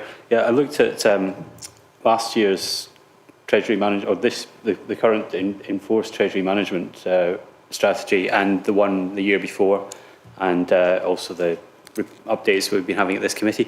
And I have to say I think they're called Link, the current advisors. their forecasts have been uncannily accurate to what's actually happened to inflation and interest rates and things. But the previous advisors in 2022, Treasury strategy were completely out, forecasting that for the medium term we'd be able to borrow at less than 1%, which is obviously the problem we've got now. So this is the Treasury management strategy that is in force until the end of this week, said that with short-term interest rates currently much lower than long-term rates, which is not the case, we know anymore, it is likely to continue to be more cost-effective in the short term to either use internal resources or to borrow short-term loans instead. So obviously that one sentence has caused millions of pounds of extra cost, as we've heard. So I was looking at the yield curve, and it's still inverted. So all of our short-term debt is 1 year, and we don't really have a portfolio of maturities. We've got very, very long-term and 1 year or less short-term. Has any consideration been given to using, say, 5-year debt, because the annual interest rate would be less? And a separate question, if I can, how do you calculate MRP for short-term loans of 1 year? Thank you. Yeah, okay, so having only been here just under a couple of months, it's definitely something that, you know, we will look at. We haven't had sort of stability in the team to look at that, and I think we're going to get we'll have a review of the capital programme. That's obviously been reviewed as part of the budget for 24-25, so we've got a position on that. So we will look at the borrowing profile in line with the liability benchmark, which is sort of the term used, which is your net borrowing requirement. So we will look at all opportunities, and yeah, where it's right to do so, depending on the scheme. Definitely we'll look at all lengths of maturity that fits. In terms of minimum revenue provision, that isn't specifically linked to your external borrowing. It's where unfinanced capital expenditure, and then you draw down effectively over the life of the asset. So you can have borrowing periods different to what your minimum revenue provision is. Ideally, you'd want them to be the same, because that effectively is the repayment of your principal, but they don't have to be. So anything that's longer than a year, or shorter than a year, sorry, you would try and use your reserves and your resources first, because otherwise you're effectively then just repaying your minimum revenue provision in the year after. So when we look at what goes through to be calculated on the minimum revenue provision, you would pick the longer term stuff first, really, to be more prudent. So that is just kind of a review that's done each year. But without actually knowing some of the detail, Mr. Watson might be able to say more. He's been here longer than myself, but without seeing some of the detail, it's difficult to know some of the examples. But that's the general principle and approach that I would take. Thank you. Bob. Yes, just to add to that, as Ms. Walswood says, the MRP is linked to our capital financing requirement, our underlying need to borrow, rather than the individual loans we take out. It's not like a mortgage as such. In terms of the short-term borrowing and the durations of, it is partly the markets that dictate what we are. So obviously, as you rightly remarked earlier, we got caught with the fact that the rates are going up. What would be the wrong thing to do now is to lock in long-term at the top of the market as rates are starting to come down. And we we're assuming the Bank of England base rate's probably likely to move around about June, July time this year is what the latest forecasts are. But I say, if I knew that for a fact, I wouldn't work here, I'd work somewhere else. They'll probably get better money, certainly. Anyway, the other thing, of course, is when we borrow money, we tend to borrow from other local authorities. That's not because it's a closed shop, we all mates together.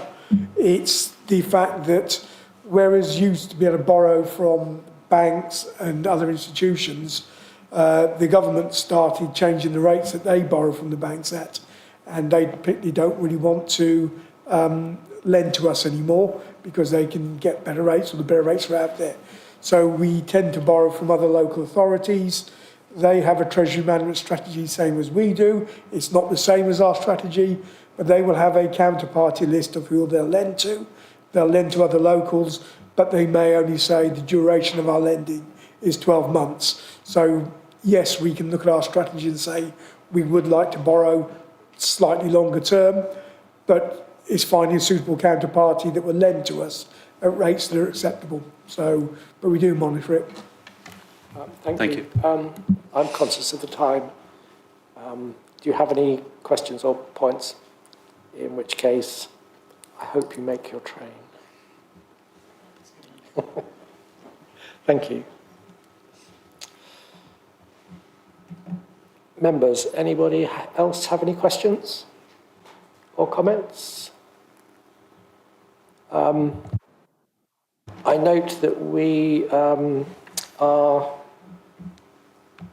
been elevated to the executive, but I think the committee will resolve to note the report. Thank you very much. And final item on the agenda, work programme for information. Alex.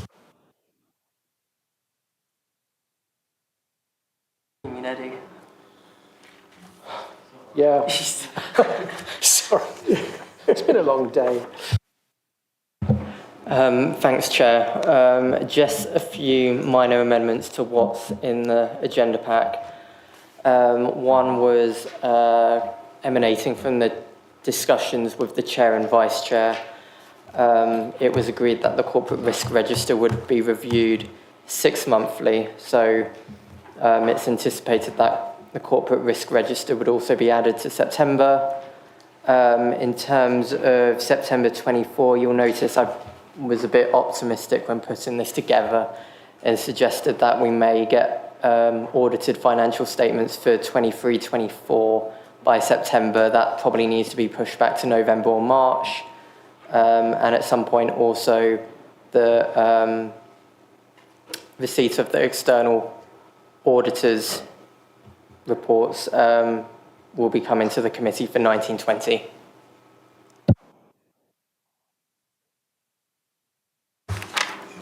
Any? Councillor Wills. Just very quickly, for the 11th of June, it says outstanding audit recommendations twice.